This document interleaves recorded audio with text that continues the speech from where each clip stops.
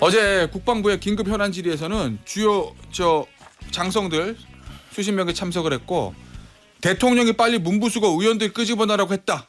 이러한 증언도 나왔습니다. 어제 국방위 현장에 계셨던 분입니다.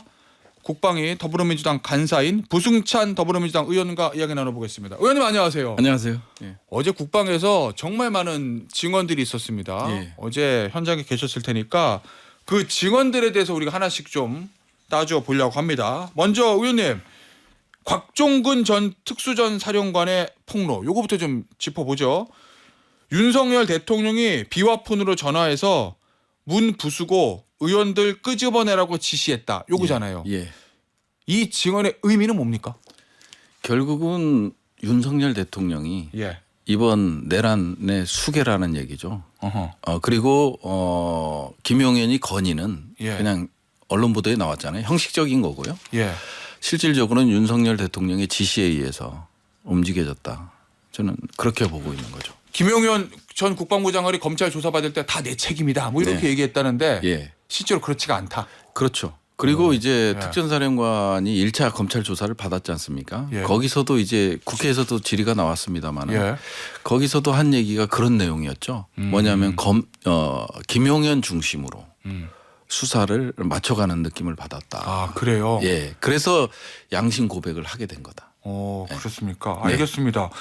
이 대통령은 이제 한동훈 대표라든지 국민의힘 고위 관계자들을 찾아가서 이게 도대체 어떻게 된 일입니까라고 얘기했을 때, 나는 이거 국회를 계엄을 해제하려고 그럴 의도가 아니라 야당에 대한 경고용으로 한 것이다. 뭐 이렇게 얘기했다고 보도가 됐거든요. 예. 그럼 그건 아니란 말씀이세요? 그렇죠. 아니죠. 그리고 이제 일정 부분 사전 모의한 내용들도 나왔고 정보사령부라든지 그다음에 예. 특전사령부라든지 물론 수방사 같은 경우는 출동을 국회를 보호하기에 수방사령관은 국회를 보호하기에 출동했다라는 말도 안 되는 얘기를 하지만 어제 수방사령관이 예.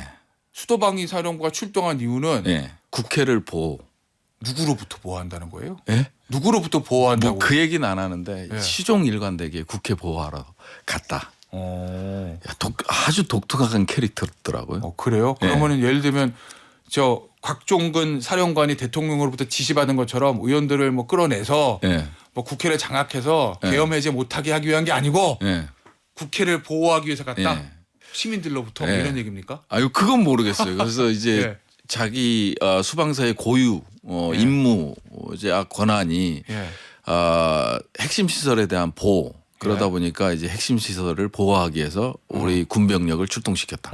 그러면은 곽수정 특수전 사령관하고 수방사령관하고 증언의 어떤 방향이 좀 다른 거잖아요. 그렇죠. 이제 그러니까 이제 어찌 보면 개헌군을 예. 진압하러 간 그런 성격이 되는 건데 예. 참 멘탈 체계가 좀 독특해요. 예. 의원님 네, 당시에 의원님도 본회의장에 계셨을 거고 있었죠. 만약에 대통령의 지시대로 예, 곽종근 사령관이 지시를 충실히 이행해서 정말 문 부수고 들어가서 의원들 끄집어내려고 만약에 했다면 예. 무슨 일이 벌어졌을 것 같습니까? 유혈 사태고요. 예. 총기 발포도 가능했을 상황이고. 그래요? 왜냐하면 이제 국회의원들이나 보좌 직원들은 저항했을 거기 때문에 그랬겠죠. 예, 그러다 보니까 이제 강제적 진압. 예. 그리고 707이 상당히 제가 이제 국정감사 때 707을 다녀왔거든요. 국방위원들이 다녀와서 시범 하는 것도 보고 저격하는 것도 보고 예. 상당히 믿을 만한 아하. 대테러 진압의 핵심 부대들이거든요. 예. 그러다 보니까 만일 특전사령관이 명령을 제대로 하달라고 그 707 여단장이 따랐더라면 예. 한치 앞을 예측하기 어려워. 아이고. 예.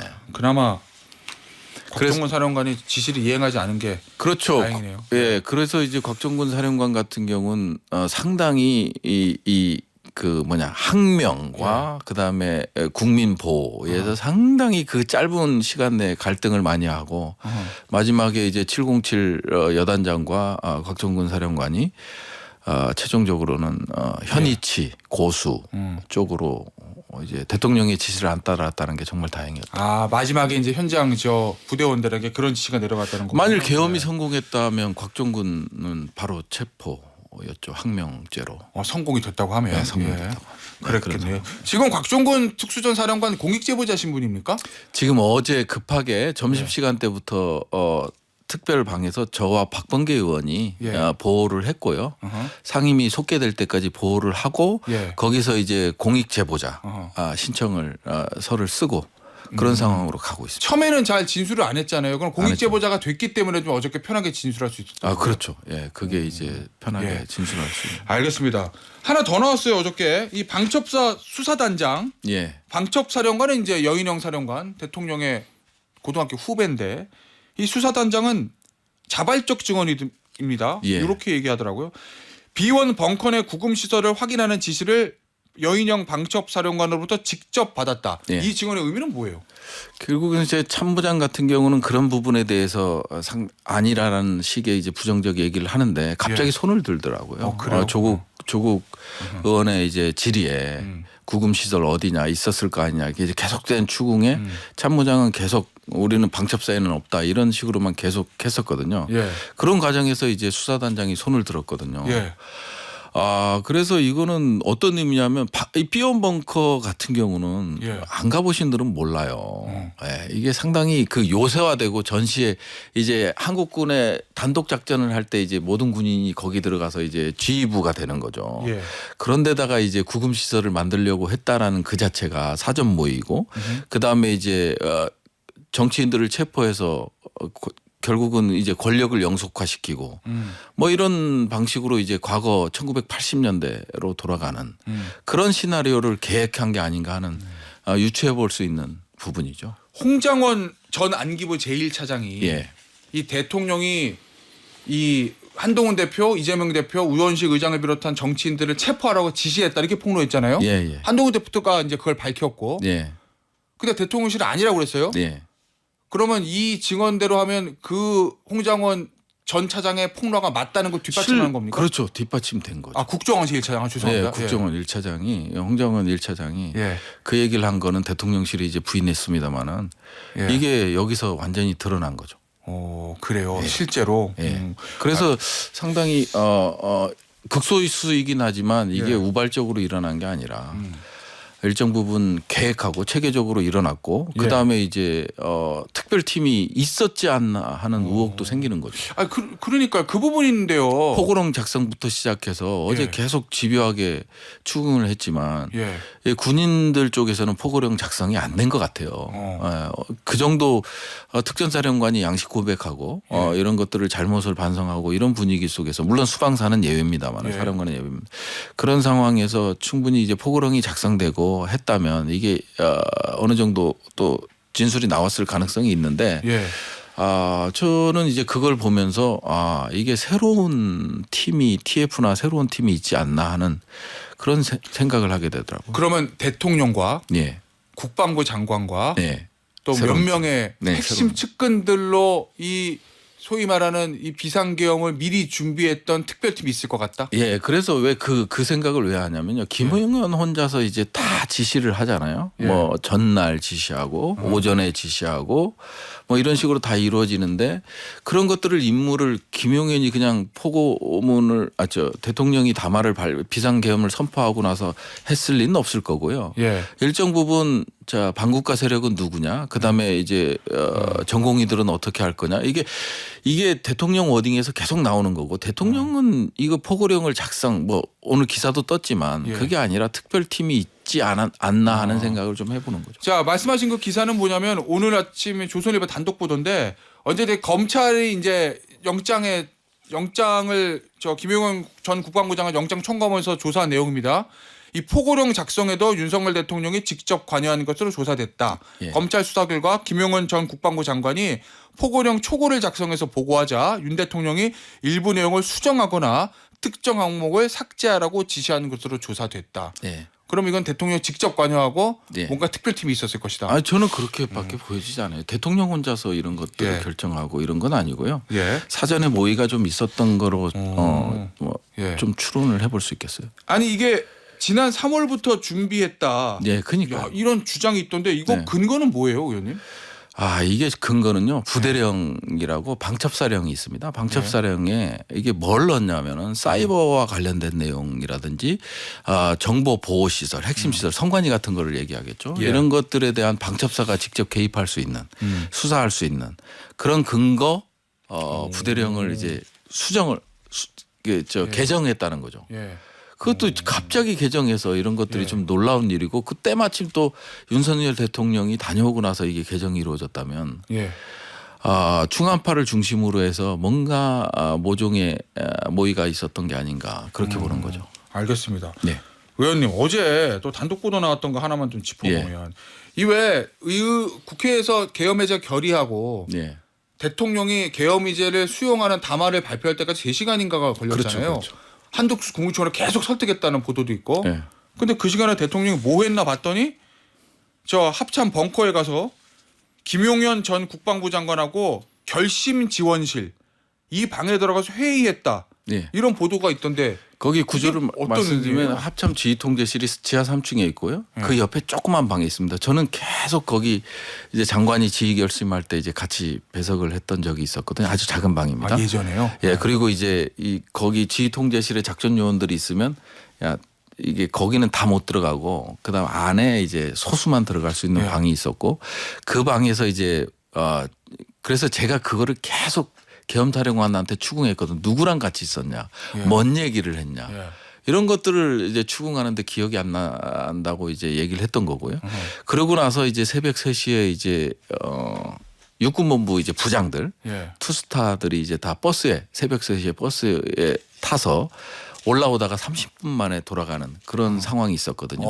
그러다 보니까 여기서 추론할 수 있는 거는 대통령이 이 계엄 해제 요구 결의안에 대해서 인정을 안 하고 다시 2차 계엄을 준비하는 게 아닌가. 그래서 7공수라든지 13공수도 그런 의무에서 대기 명령이 떨어졌었던 거잖아요. 그러다 보니까 이제 한 몇 시간 동안 두세 시간 동안 이제 그거와 관련된 검토와 논의가 있었고 결국 계엄에 대해서 군이 따르지 않을 것이다. 이런 것들이 이제 확인되면서 결국 포기한 게 아닌가. 마지막 순간에. 그럼 그 안에 들어간 사람은 대통령, 국방부 장관, 계엄사령관 중 3명입니까? 그 3명은 확인됐고요. 어제 또 질의하면서 이제 계속적으로 뭐 계엄 부사령관 들어갔냐, 합참의장이 있었냐 이런 것들을 계속 추궁했던 거고 그 시간 이제 2시간 새벽 3시에 육군본부 이제 지휘관 참모들을 이제 소집해서 이제 그 계룡대에서 서울로 올라가는 버스를 출발시킨 거 이런 것들이 과연 뭐냐. 작당 모의했을 2차 계엄을 준비했던 거 아니냐.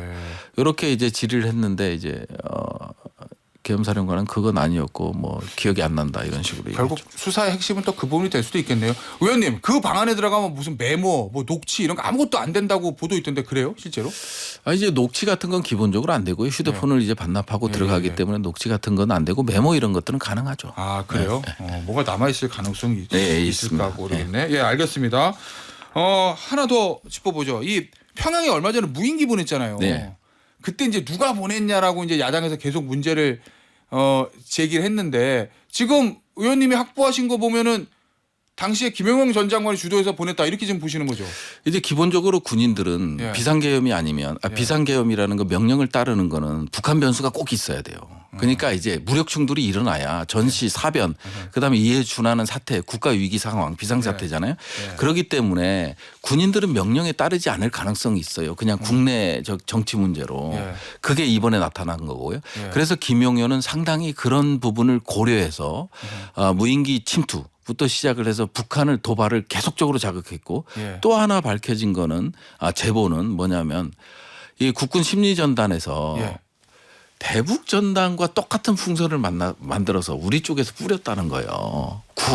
군에서 민간에서 보내는 거하고 똑같은 거를 해서 이런 식으로 이제 계속적으로 자극하고 김용현 장관 대통령 할 거 없이 북한을 계속 자극하는 호전적인 발언을 한 게 결국은 도발을 유도해서 무력 충돌이 일어나면 군이 비상계엄이 내려졌을 때 군은 이건 위법성을 전혀 따지지 않습니다. 명령 그냥 항명도 생각 안 합니다. 국시전이 벌어졌으니까. 그러니까 이제 그때는 비상계엄의 명분이 생기는 거죠. 그래서 그걸 이용하다가 계속적으로 그런 프레임을 짜다가 실패하고 단독으로 이제 이루어지는 거예요. 북한 변수 없이 들어갔던 거죠. 알겠습니다.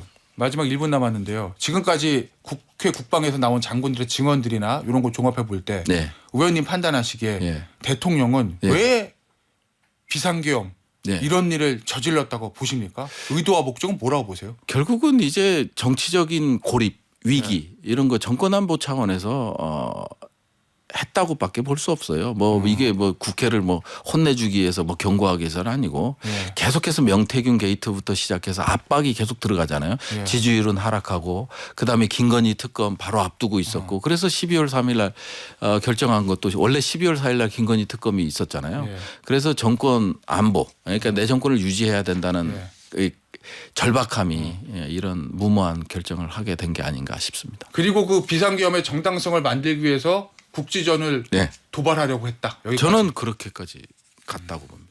알겠습니다. 오늘 인터뷰 여기서 마무리하도록 하겠습니다. 지금까지 국회 국방위 더불어민주당 간사인 부승찬 의원이었습니다. 의원님 감사합니다. 감사합니다.